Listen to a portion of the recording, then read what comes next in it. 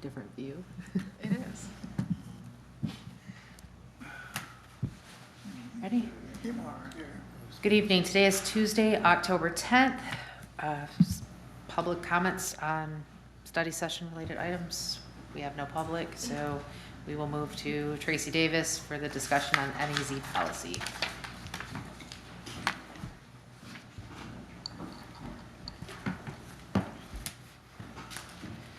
I feel like so many, just in case you have other questions, materials.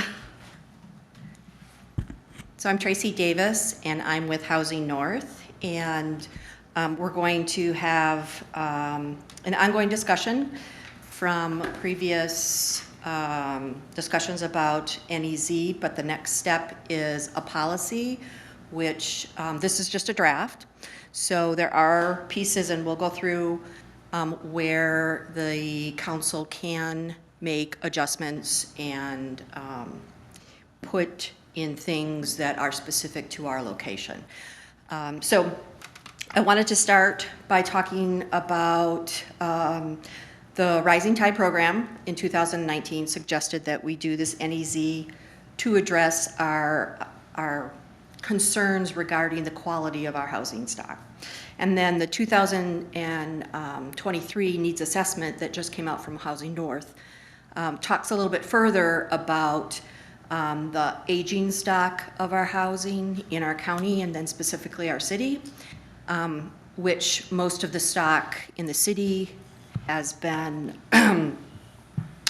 built before 1970, as well as there are significant concerns that we need to address, incomplete plumbing, kitchens, and unsafe living conditions. So this will help with that. It won't be the total answer, but one of the things to further assist us in addressing those issues. A part of that original Rising Tide packet had Maxwell Town as the area to address for the NEZ. So talking with the city manager, we really wanted to go not just Maxwell Town proper, but Maxwell Town and adjacent. So you'll see the map here. There has been some updates since the last time you saw the map. So right here in the corner, I think it's on 3rd Street area, is, and you could see that I kind of highlighted it out with yellow, but well, now the pointer's not working. That is Morton Park, which a park is not eligible to be a part of the NEZ. I did take it out, carve it out, and then when we do the final, I will have it redlined so that it's not just a highlighted area. And then press the red star for the arrow. You're pressing the down arrow. Press the red star. There we go. So this section right here was asked, it's right along the highway, to be popped out and go to the highway because there are some residential areas within there. So I will do that. However, I did want to note that anything that's commercial, retail space, those are not eligible for an NEZ. And then the same, there's a tiny, I'm the one that's moving it. The tiny little area here, someone also asked for it to be popped out. Again, not that section right there because it's commercial, but right above it, there is some housing there. So I will make that adjustment. And then down further, along here, along the Vine Street area, there are potentially some scattered housing commission sites, and housing commission is not eligible for NEZ. So not that large pocket of scattered sites, but I've been told that there are a few sprinkled in there. So those are not eligible, anything that's housing commission. So the policy that was the draft that was sent to you was a compilation of directly from the act itself. I took policies from Grand Rapids, Bay City, and Muskegon, and sort of merged all of those, also based on some of the conversations that I've had with Bill, the Housing Action Team. So it's a mishmash of all those things. So there are areas that are required to be in the act that we can't change. There are also areas initially that I highlighted in yellow for the council to make some decisions on, but since the policy went out, Teresa and I have had a chance to meet, Chief Glass, as well as Bill, and we talked a little bit further about some of the other things, and there is an updated policy, if you could bring that up. And it's not that significantly different, and I will walk you through. It was a draft. Draft? Yeah. Okay. I'll walk you through all the changes as well as sort of the step-by-step.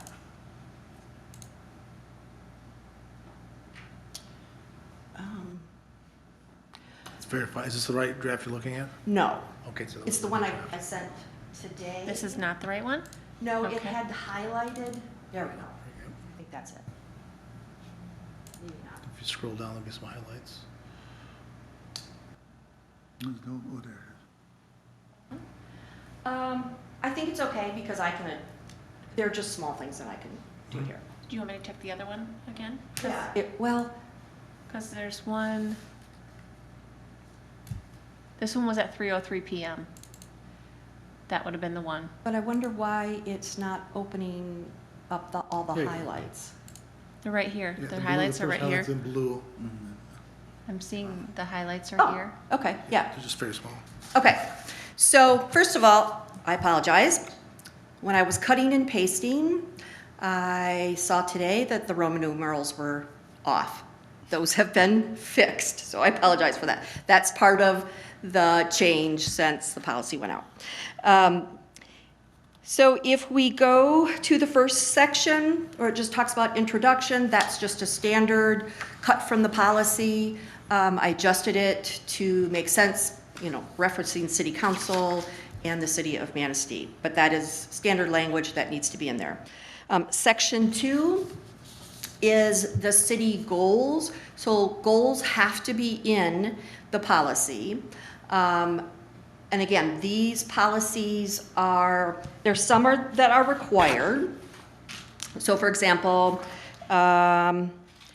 number 5, 6, 7, 8 are all required, as are 1, 2, and 3. 1 and 3 are required. 2 is because we want to talk about the aging and existing housing.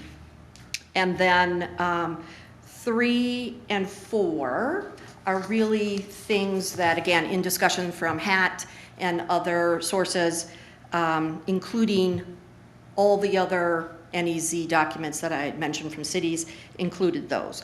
So, but you can include any additional goals and objectives that you would like to see within that policy. So I don't know if you want me to just go through the areas that you can make changes and then we come back to those, or if you would want to have discussion now or provide input after to me. I don't know how You want to just go through it and we can ask questions as Sure. we go along? Okay.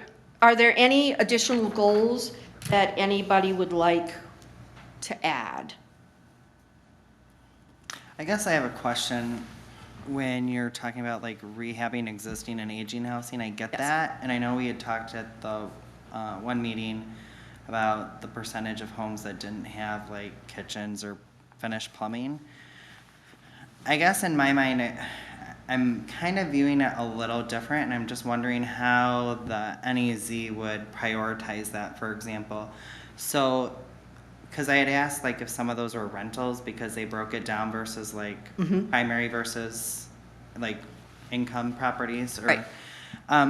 So if this was a rental property that had already been established, would they get priority over somebody who was buying a property or a residential? I guess I'm asking that because I kind of view those as two different things, as if I buy a house off the market that isn't up to speed versus if I've owned a property and I've rented it out for 5 years and now I want to take advantage.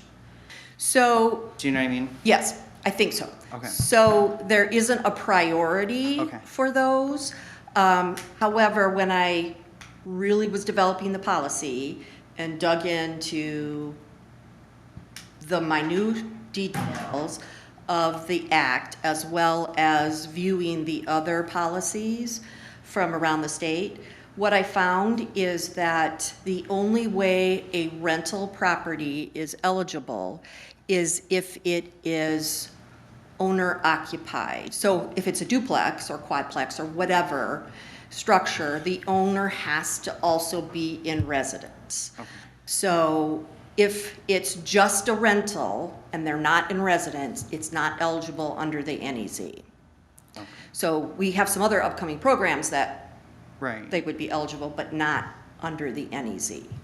I don't know if that answered your question. Yeah, it does, because Okay. I guess in my mind, I was thinking this would be a great opportunity for people that might need that, like, step up or boost up to be able to enter into a home that might not otherwise be obtainable for them, if that makes sense. So like, I was wondering if there was a point system, like sometimes you'll see a point system. So like if you were gonna do it as a residential, you might get more points versus somebody who was gonna do it as a rental property. So, what I think, I'm gonna write a note.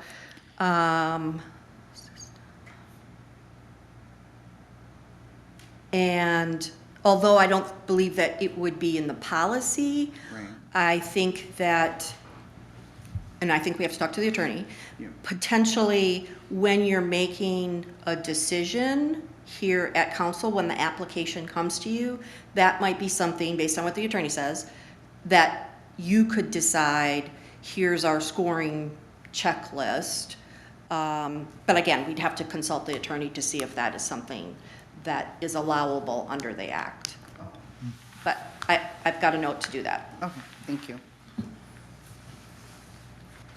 How are you going to market this to the residents who live in this area to get them motivated to partake in? So some of the stuff that we've talked about is doing a campaign bless you, to actually mail directly to those individuals. And then I think that we're gonna do a lot of PR around it, like newspaper interviews, some social media stuff. But that will be something after that Teresa, Bill, and I would address. Well, at some point, they have to pay something for it, right? For an NEZ certificate? Well, to go forward and get the work done, if they're motivated to.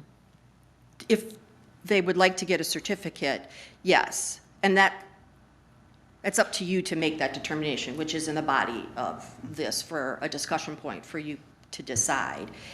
That, but I think we'll get to that piece. So if, we'll just move on if there weren't any other goals. Okay. The definitions are totally standard, and we can't change those. The only thing that I will say is the first line that says a community reduce the taxes of property for up to 17 years. So I will make that adjustment based on what you've decided for the years. But that's standard, it is up to 17 years. And is that the same for everybody across the board? Like it's not a case-by-case basis? It is not a case-by-case basis unless you decide to put tiers in the policy. So when I was looking at Grand Rapids, for example, they had a very complicated system of tiers, a homeowner at rehab, new construction by an individual versus new construction from a firm. And then if it was over this dollar amount, it was another tier. And it was all based on length and then the amount of the amount of fees attached to that. So thinking about that area, at one point in their NEC, for example, they had, if it's an investment of $500,000 or more, we're not potentially going to see that type of a one-time investment because of the location and the size of vacant properties or pieces of property. But I tried to make it as simple as possible. But if you would choose to make tiers for whatever reason, you could put that in there. Why does it say up to 17 years? Why doesn't it say just 17 years? Do we decide how many? Yes, you will decide the number of years. The minimum is 6, and that will be, it's a little later, but the minimum is 6, the maximum is 17. And there's criteria of how we would classify that? Is that the, No, so you can make the determination. It's up to the local unit of government to make that determination on the years. Most started with 7, so it was between the 7 and the 12, but some did up to 17 years, and that by law, within the act, you can go up to 17 years. We make the decision in the policy, not on individual projects, Correct, unless we did a tiered system, which Correct. we're not talking about yet. yes, we'll get to that. So if they have a house that's rehabbed and they sell it, does that tax reduction expire? It is transferable, and there is some language about the transfer of the certificate, and it does need to go through making sure it's owner occupied. So could we put in the policy that we don't want it to transfer if that's what we decide on? No, because by the act, it's allowable to be transferred. Okay. Can we put a stipulation on transferred and then how many years after that transfer it'll expire? So if somebody, for example, you decided on 7 years and they sold it after 4, it would transfer, it doesn't start over. So they would still receive the 3 years of the certificate, The new owner the new owner. would be an incentive But- potentially to invest there and buy a house, because you want to get a break on part of Because you that cost of that house. I'm confused on how that would work though, because if somebody purchased a house, their taxes and insurance are pretty much wrapped into their payment. So if they've got 3 years left on that tax reduction, in 3 years, their house payment is gonna skyrocket because those taxes are gonna come uncapped, so. So there is within the guidance, there is a way for the assessor every year, they incrementally change the tax amount. And there's a formula to do that, so that you don't go from what it was 7 years, if you decide 7 years, what it was year 1 to year 7, and it's a huge amount. It slowly kind of builds it up so that by the time you get to 7 years, you have started to pay additional taxes. Okay. So this is reduced taxes, not tax, like exempt. Correct. So like what you're kind of explaining would be like, so if I owned a property and I got a 7-year thing on it, that's what was decided. Year 1 I'd pay less, but year 2 I'd pay a little bit more. Like you're saying each year you're Yeah, gonna pay a little bit more in taxes? It breaks it down when I talked to Molly and I looked, the assessor, looked at the formula. It does incrementally, as the years come closer, Right. increase the minute amount to get them to that full amount Okay. over the period of time. is the formula in this? The formula is not in this because it is based on, it's a standard formula that has to happen that way. It's a part of the taxing guidance for the assessor. The tax information that I have in here is the standard for the act itself. So we don't actually know how much it's reduced by. Well, it reduces it by 50%, only the new property or the new renovations. And then slowly, over the period of time, increases it. I can provide you that sheet that talks all about that, if that would be helpful. I don't have it here with me, but I can do that. Yeah. if you'd like that. Okay, hang on. I wanted to add something if I could. Mm-hmm. So, somebody had asked about marketing and how we're gonna get this out to everybody. Let's say, for example, which actually was today, a resident came in and said, I wanna do an addition. Could we have the paperwork in our office in zoning and building and tell them that and have them apply for it and explain it to them right there in building and zoning instead of, or in addition to? Yeah, you can have that information as long as that's within the NEZ zone. Right. Yeah. Correct. Okay. So I'm going to get you the tax abatement schedule.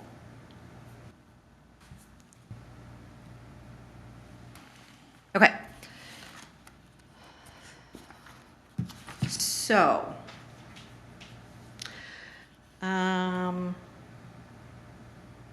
I'm just gonna put you on the spot a little bit. okay. Community will reduce the taxes on property for up to 17 years, and we have to somehow collectively come to a decision as to what the right number should be. What is your recommendation on what you think the right number is? Based on what I'm hearing from council and other people, I would probably go with 7 years. Okay. Because I have heard from you that the 12 years seems like it's too much. And the other thing that many of the other policies started with was 7 years. Okay. So, all right, so if we're going on to the next section about the qualification criteria for the NEZ, so point 1 is the standard language. Number 2 is required language to talk about the need, but those are my words. So if you wanted to change the wording, yes, right there. Okay. If you wanted to change the wording on point 2, including the benefits, because we do need to have the benefits of an NEZ, then we could change the language of that. But it's based on the policies and through the Rising Tide, the Housing Action Committee, the city's housing plan, needs assessment. Those are how I came up with the need, and the language is also based on, there's a study that's out between the correlation between mental health and housing, so I took that information for the benefits. So again, you can change those words, but those 2 sections have to be in there. And if there are questions about that? No? Okay. And then moving on to the owner-developer sections, those are literally from the Act, so nothing can be changed there until you get to property eligibility criteria, which, if you keep going down, keep going, right here. Okay. So we added in, after the policy already went out, we added in and discussed that we wanted to make sure that anybody that was getting an NEZ understood that they still needed to follow the city's procedures on any construction or rehab. That's not changing, that's not different. We just tried to spell it out here additionally. But again, those are our words, so if you didn't want that, we could change that, hack that blue section out. The next 2, C and D, are standard. The F, which is in yellow, some policies had this in, some policies did not have it in. I thought it was worth discussing for you to consider a section on delinquent taxes on the facility or the structure being renovated. So I don't know if you had a chance to talk to the assessor today about that? A little bit, but she said it's gonna be more treasury or Okay. Department and to see where that's at and. So you could add that in if you want, not? You could also, if you wanted to add it in, and if there was some caveat that you wanted to put under, extreme situations or at the council's discretion, that could be waived. Could you give me an example where it would make sense to have someone be delinquent in their taxes and then give them a deal where they get a tax break? How did those two pieces fit together? For me, the thought was that if someone they still have a need to rehab their home, but they can't afford it, this would give them that opportunity, and now we're gonna tax them additionally. However, I'm the one that added that in there because I thought that you should think about that same thing, like, if it doesn't make I sense. envision a scenario where that would make sense to me. I'm thinking it might make sense if somebody died and left their house to some kids or adult children that had to pick up the pieces and pay the delinquent taxes and things like that. That could be a couple of So, in scenarios. order to make this happen, the money they're gonna use to rehab this place is whose money? Are we giving them money to rehab the house, or they come up with their own cash? Under this scenario, under this policy, we're not giving, We're not financing any of this. no. So, Bob's got a house, he inherited it from his mom, he's got $5,000 in back taxes, and he wants to invest $20,000 in rehab and get a tax break on that, but there's no plan to pay the back taxes. Maybe there's a To me, plan, that just doesn't sell very well. maybe there's a plan, I guess I have concerns too on if they're gonna do that, which there might be a scenario where that makes sense. Off the top of my head, I have the same concerns as Councilmember Backman, but I guess my question is, what's the process look like? Because I could see us agreeing to this or somebody getting approved for this, but then how do we make sure that they complete it?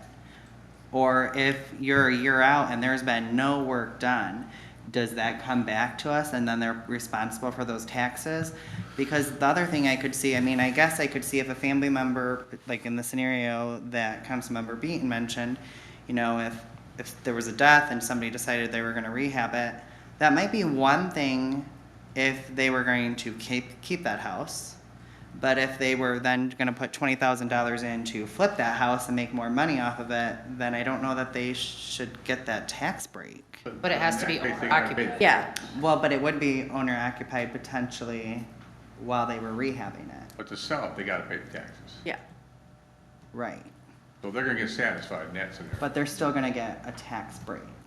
And they're gonna pass that along to the new owner. with no Right. Tax lien on the house. Yeah. That's a little easier to swallow. A little, but there's still a little bit of a benefit where there's maybe somebody else out there who, because, potentially are we limiting this or is it unlimited, like anybody who qualifies could potentially get one?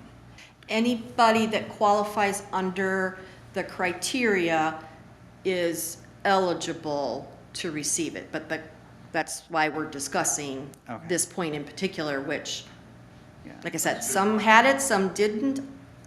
So could we put in, to cover all three of them, if we put in something that if they, by chance they inherited the property, it was back taxes, and they were gonna try to rehab it, could we put in there somewhere that they have to be homesteaded for at least 12 months before they qualify for that? Like owner occupied for 12, not homestead, but owner occupied for 12 months before they qualify for that, so they're not. Or even agree to keep it for 12 months. Yeah. I could maybe see that, like, if you're gonna live there for a year, people's life circumstances change, I get that. But I guess I wouldn't want somebody to say I'm owner occupying it for 2 months and have a project completed in 3 and then flip it. I'd like to see a project like that move that wouldn't fast. bother me too much. So you're saying you would like to include the clause about the delinquent taxes. That makes sense? Yes. Okay. That's what I thought as well, but I didn't want to make decisions for anybody else. But you're also saying some type of clause, Where if they inherit the property, it needs to be owner occupied for at least 12 months. But doesn't leaving some council discretion on that particular phrase give us that room to work that through rather than making it finite in this Yes. policy? yeah, I think we could put something about this, and something about circumstances, so that, Subject to council approval kind of thing? Yeah. yeah. And we could evaluate individual projects, Yeah. say, smells good, doesn't smell good. Yes. Something. But not so that it's discriminatory. So this all has to go through the attorney. So I guess in my mind, and maybe I'm thinking about this wrong, but wouldn't this be kind of similar to the people that go in front of the tax board for tax exemption status? Like, there's criteria, do you know what I mean? They review each person's case, yeah, right? So everybody's circumstances can be a little bit different. I mean, there's basic criteria you have to meet, but then there's different things that they can take into consideration. So it would pretty much be the same, right? Kind of thought process behind it? I would think so. Okay. So I'll write that policy and add something to the effect, unless, and I'll word it eloquently, based on the council's discretion, and I'll figure out some words that make sense. And maybe George can, Well, yeah, yes, he does have to sign off on all of it, It's so. probably not feasible to say something like, if the back taxes aren't paid within 24 months, then that enterprise zone is extinguished and then full taxable value goes in? Deadline, something like that? So there are, within the act, there are ways that their certificate can be revoked. okay. And they're in there.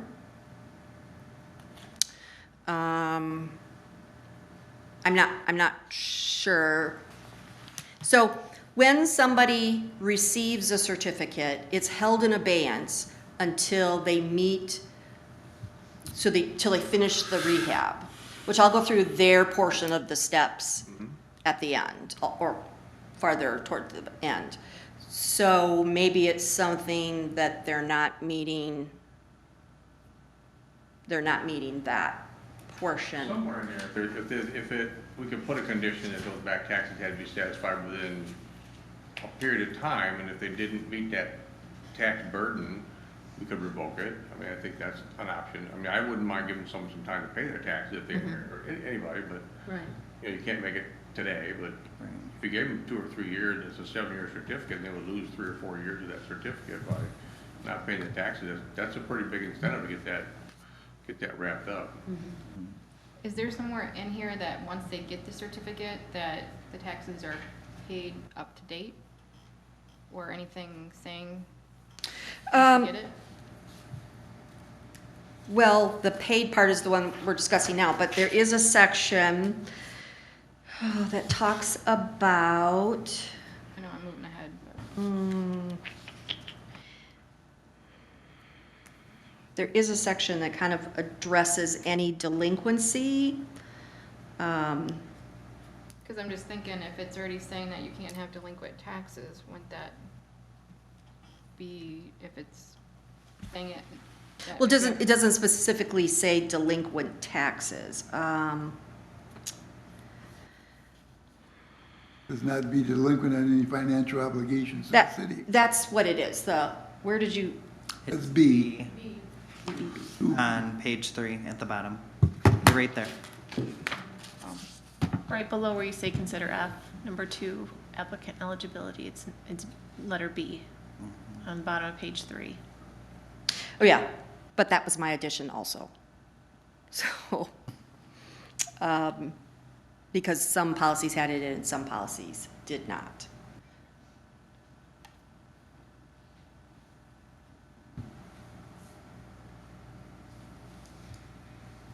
So I feel like I have the criteria for the property in what I'm hearing the majority of you say, that you want that in, which then kind of ties with B a little bit farther down.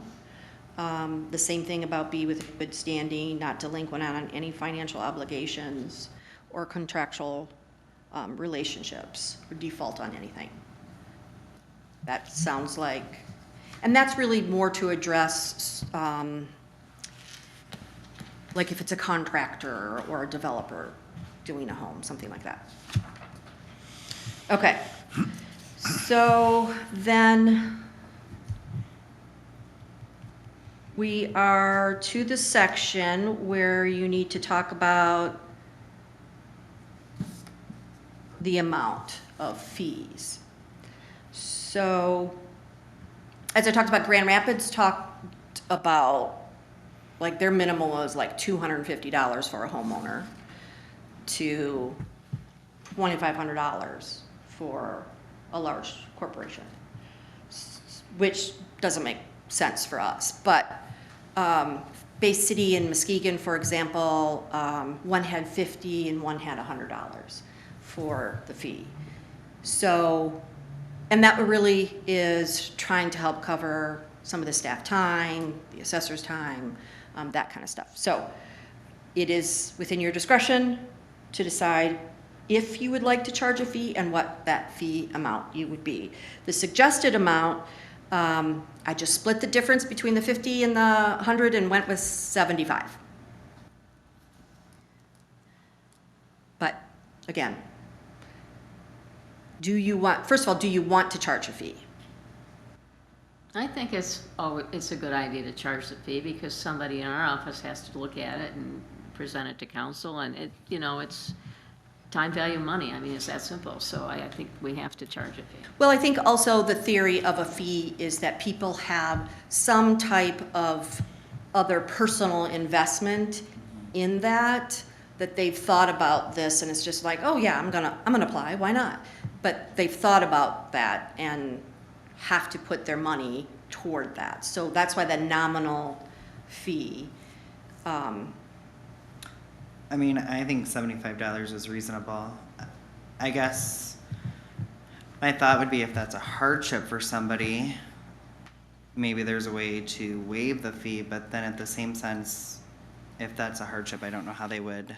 Yeah, how they gonna fix it? Do you know what I mean? Like, If the fee is reasonable. yeah. I mean, I guess think- there's always that 0.1% that's gonna throw you for a loop, but I mean, I guess if you can't come up with the fee amount, I don't see how you're gonna rehab or fix up the house. So, Okay, so I don't think $5? $75's Okay. a lot. I vote for a fee. Okay. And was $75 the fee that you wanted to stick with, or were you considering something else? I think that's a good amount. I think that's reasonable. Okay.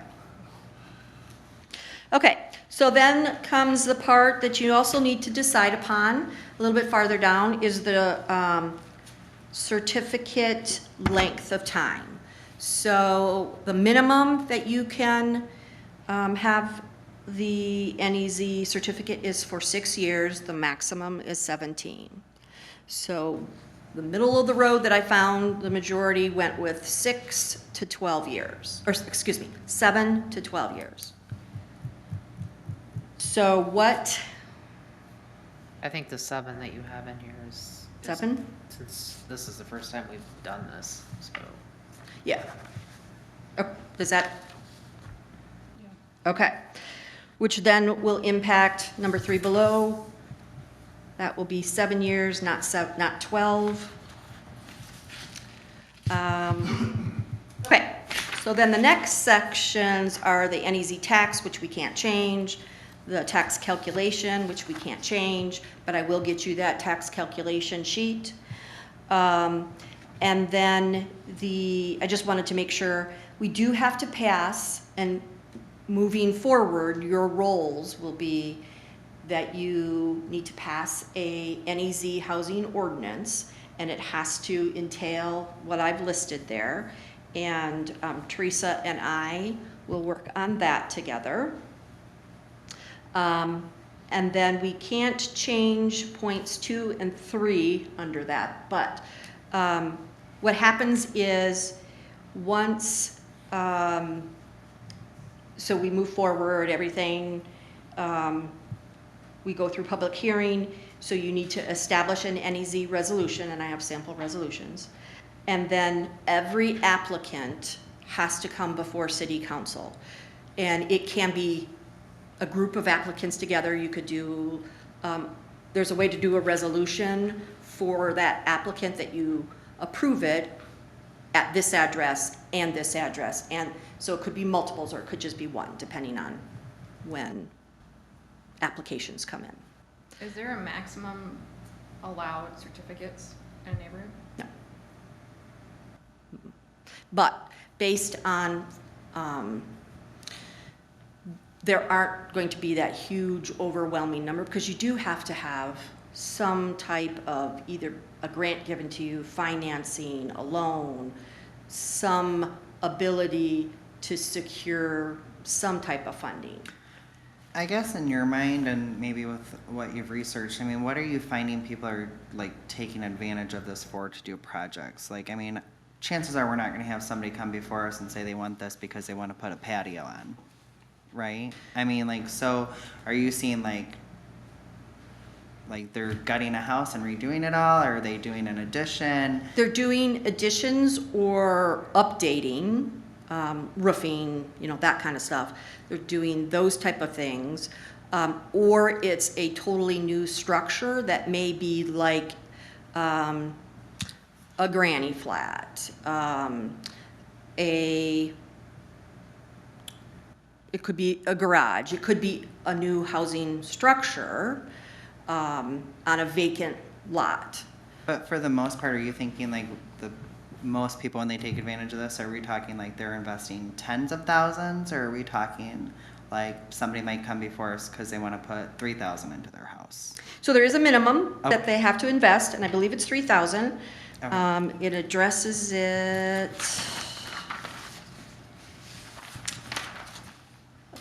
It's the owner, if the owner invests a certain amount, they can do it themselves, and I think it's 3,000 is the minimum investment. And then anything, I think that's near the top. It's on right, page isn't it? 3, section. There. Section 6, page 3. It's like 3 and 5, I think, isn't it? Yeah, 30,000 and then 4,500. Yeah. Non-owner. Okay, I'm confused on the non-owner occupied. Is that the other unit? Okay. yes, the other portion of the unit. And I have a question about that too. Is there something in here that we can make sure that before they apply for this, they actually have a rental certificate, like it's a registered duplex or triplex, if it's owner occupied? So there are, when they apply on the application, there are sections that need to be filled out, and the assessor fills out one portion of that. And then it also has to go, like, for example, Teresa would review that to make sure that it meets those criteria. Okay. So they would have to have a rental certificate? So in order for them to complete, if it's a rental. Okay. In order for them to complete the process and get the certificate issued, they have to have a certificate of, what'd you call it? A rental certificate? It's not a rental, it's, How about a building permit? I mean, they gotta apply for building permits and start doing process anyway. They're gonna Would pay that for be under the building. procedure part? that's part of the standard procedure of Okay. a regularly constructed or rehabbed home. So that is already a part of that process. That doesn't change, that still stays the same. But there is something that says they have to prove either owner occupied or rental in that final, Okay, to have their certificate be released to them. okay. Since we're talking about money, I had one question on page 1. There was something, and maybe I just didn't read it correctly. So when it's talking about the rehabbed facility, current cash value of 80,000 or less. Like, so if that was a single-family home, it can't be worth more than 80,000? That's, I mean, am I reading that right? Because I guess I'm thinking like right now, I don't think we're talking about a lot of houses, That's 1 to 8 right? units, right below. Right, but would that be the same if it's 1 to 8, would that be the same if it's a family home? $80,000 or less? Or is that only if it's income property? I'm not sure. Do you know what I mean? Yes. And that's the statute, so I can't change that. Oh, But I can find out more information about that. okay. Because if it's $80,000 a unit, that makes a difference. But if it's a residential home and it's got to be 80,000 or less, I mean, given our current housing market, I don't know if we're talking about a lot of houses. Let me find out. I guess the question is what exactly I mean by true cash value. I mean, Well, we would can that be find out. like an appraisal? Right, that's the question, I think. We'll find out. Or is that like going off of your SEV? I don't know, but I can find out. Okay. Like I'm might be reading that wrong, but I just thought, That was one of those cut and paste directly from the app Yeah. that I can't change. Doesn't rehabilitated mean it's already done? So would it be the cash value after it's already done is a minimum of 80,000? Oh, it's 80,000 or less per unit, right, but if it's a residential home. or less, so it could be less than 80,000. Right, but right That's now, like in maximum our of what housing value market, is. like we don't have probably a lot of houses that even would need rehab that are probably, Less than 80,000? yeah. That wouldn't need rehab? You think a majority of those houses? Absolutely. Maxwell Town. Yes. I was thinking so, but you probably are. Yeah, Better. absolutely. Okay. Yeah. There's blocks of houses that are worth less than 80,000. Yeah. Okay. Okay. So we were at section, so 11, I think it is, that talked about the community development department. So Bill and I talked about this before he left. And so now that I know that you want to charge a fee, it takes away some of that yellow because the fee is required with the application. But he and I discussed, would they be able to do an online, would the application be online? Would they be able to pay by credit card? Are we only accepting check? So he does need to decide on some of those things, but I think those are more internal things that he'll just check off and tell me what to put in that policy.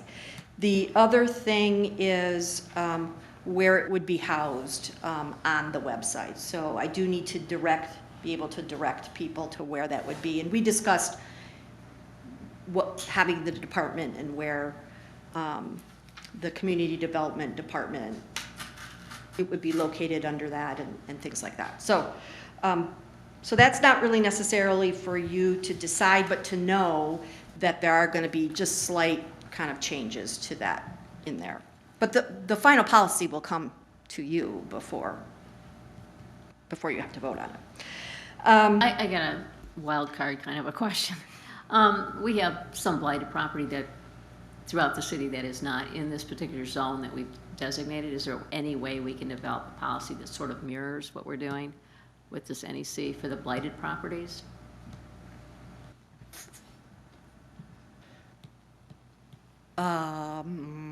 I told you it was. I mean, we do have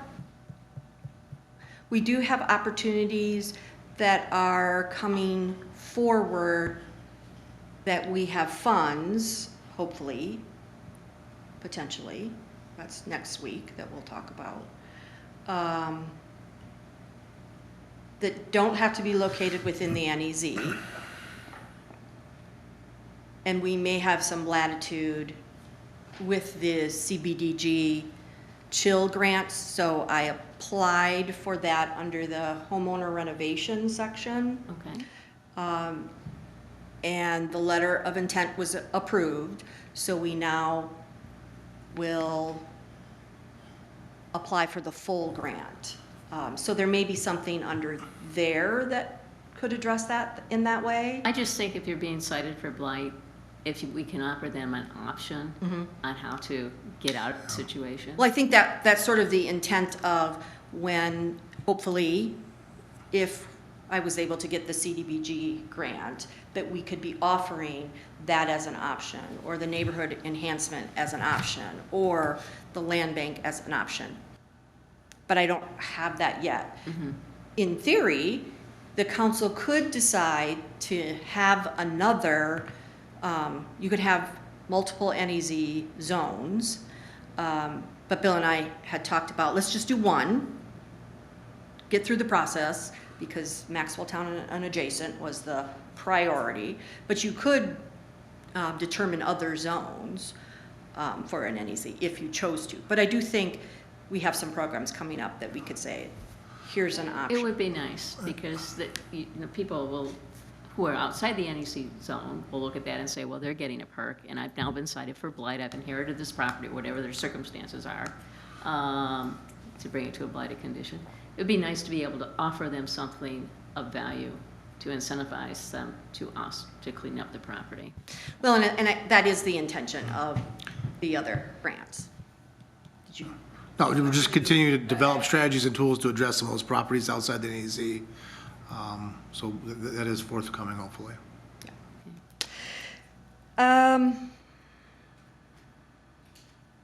So I wanted to kind of talk about the process. So you can see the process here. I did add in completed applications will be presented to City Council to approve.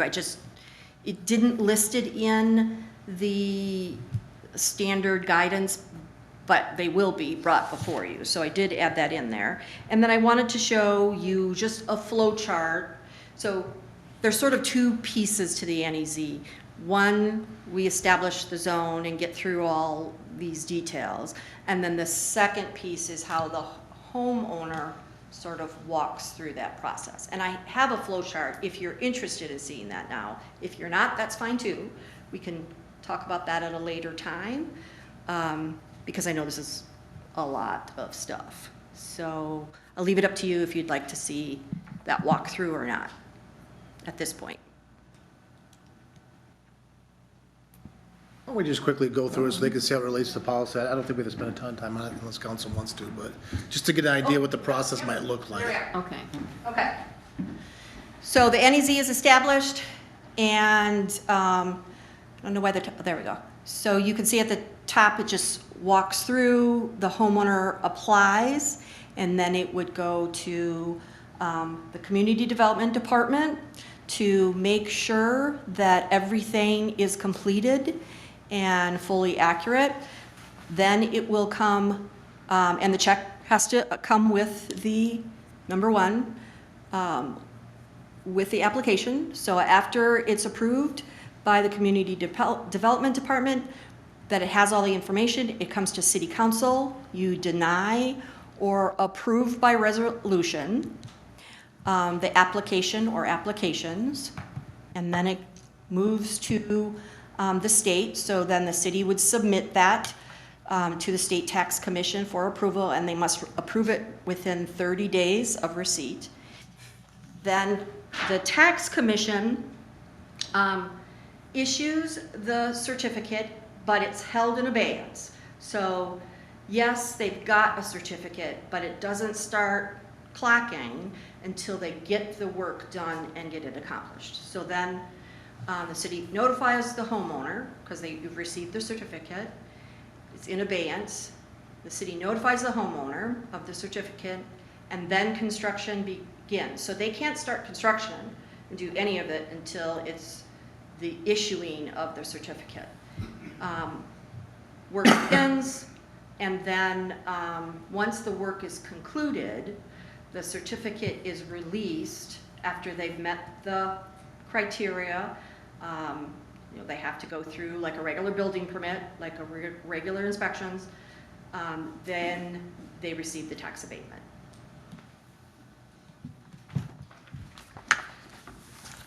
Okay, so then really the last part is also you have some discretion on evaluation on what you might like to see in terms of evaluation. So annually, what I suggested is there's a list of properties approved, the estimated amount of property taxes that abated and paid, and any new city income tax generated. And those were standard things that everybody had. And then the status of the approval of the certificates. So based on the building permits are going to be in the same department, that information could be shared, the status of where things are. And the renovations or building has to be completed in 2 years.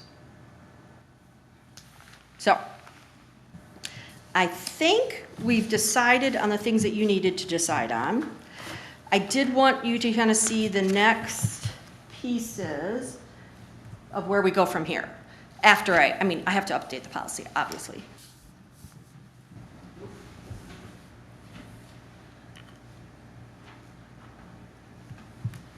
So we do still need to pass that ordinance. So Teresa and I work on the ordinance. I'm updating the policies at the same time. The attorney has to review the policies. I would like him to review them before it comes to you so that we know, yes, everything is okay. And then you can make that decision to adopt the policies. So 60 days before there's a resolution, we have to notify the assessor and any taxing bodies. And then we have to have a public hearing, no less than 45 days before acting upon a resolution. And then the assessor will furnish you the true cash value of the property located within the NEZ. Then you adopt the resolution, and then we notify the state tax commission of the resolution. Any other questions? Nope. Okay. The application looks pretty simple. Is it that simple, really? Because there's a lot of stuff here. It's not simple. Okay, I looked at it on this packet, and it looks fairly straightforward, but it's not, is it? No. So who's gonna help average Joe citizen when they're overwhelmed by trying to put this together? So Bill and I are talking about an MOU with Housing North for me to assist homeowners to walk through that process. I mean, that wouldn't normally be something that I would do, but I have discussed it with the executive director, and Bill actually came to me and asked. So potentially myself and Teresa would be the ones. I think there are some other people that are interested in helping. I know that I always mix up the letters. NRBC. NRBC members are also interested in helping because one of their focuses is, beautification, blight elimination. So I believe that they will also be helping. Okay, so there's gonna be some hand. Yeah. Okay. Yes, because there will be hand-holding that will need to happen. Yeah. Thank you, Tracy. Okay. Okay, so we are in consensus to move forward with this policy? Forward? Okay. Yep. Okay, thank you. You're welcome. Okay. Chief Glass. Just a couple things. Councilmember Bachman, you asked residents on Fifth Street. I was notified today by the city attorney that there's a hearing on that, court hearing, October 23rd. Okay, We'll provide council with feedback as to where that is after the 23rd. thank you. The other thing is, fortunately, local revenue sharing, all of our grants, both police and fire, were all awarded. So we're very thankful and gracious, happy that happened. Quite a bit of money, so many thanks. That's it. And as far as the US 31 bridge, it's still on track for early November for the bridge to open up. There's no new information at all on that, so. I do have a question about that.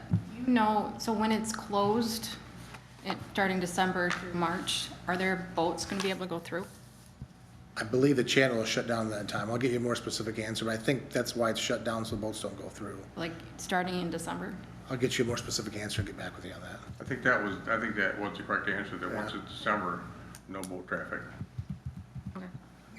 You better get your coal and your gravel in, Well, right? I'm talking about salt, but, okay. Just wanted to let you know that I'm working with the county. Actually, all local jurisdictions right now are working with the county on an early voting plan that we are going to do an agreement with the county on to have early voting sites. So that, more information will come on that, but I am working on an agreement. It's not an agreement that will come before council. It's a constitutional agreement that we really don't have a choice on. But I will actually forward the agreement out to you before I sign it so that you can at least see it, see what we're going to be doing. As soon as I have the final draft of that, I'm going to email it to you just so you can look at it and see what it is that I'll be signing. But it is something that I really don't have a choice on. So This year, or for the next year's election? it's going to start with the presidential primary. It's for all state and federal elections only, and that will be 9 days of early voting. It will start with the second Saturday before the election, and it will end on the Sunday before the election. My plan is to have early voting held here at City Hall. That's my plan as of right now. I'm not sure if that's going to be approved or not, but that's what I would like to do. We'll see how that goes. But that will just be our early voting site. There's going to be 3 sites in the county. One site is going to be just for city residents, and so that will be here at City Hall. And I think that's going to be best served for the residents to have it here. But we'll see how that goes. If we don't get that site approved, I do have a second backup site in mind. So we'll see how that goes. But as I get more information, I will let you guys know. Okay? Mr. Pratt? I don't have anything. Mr. Grabowski? I just wanted to let people know that if they didn't see the paper, that Gus Mack was not gonna leave Ludington after all. So, we still have the ad hoc committee going to decide what we wanna do, so just so everybody knows. Also, if you've seen the Traverse City paper Sunday, they're having the same problems with the ambulances we're having. And I talked to some of the fire chiefs, and, you know, everybody's pretty unhappy with the way it's going, that they're having the same thing with Munson going way out, and the city ambulance has got to do all the running. So somebody's got to make some decisions here pretty soon. Because we're going to be running all winter, and our ambulances are gone for so long from the city. Thank you. Mr. Bachman? All good, thank you. Speed? Nothing. Blahnik? I have one. Do we have an update on the demolition of the greenhouse on Kosciuszko? We don't, I can reach out to her to get an update. I know Last we it's- heard was everything's moving forward, but that doesn't give us any specifics, so I'll reach out, see if I can get specifics from her. And I don't have anything, so we are adjourned.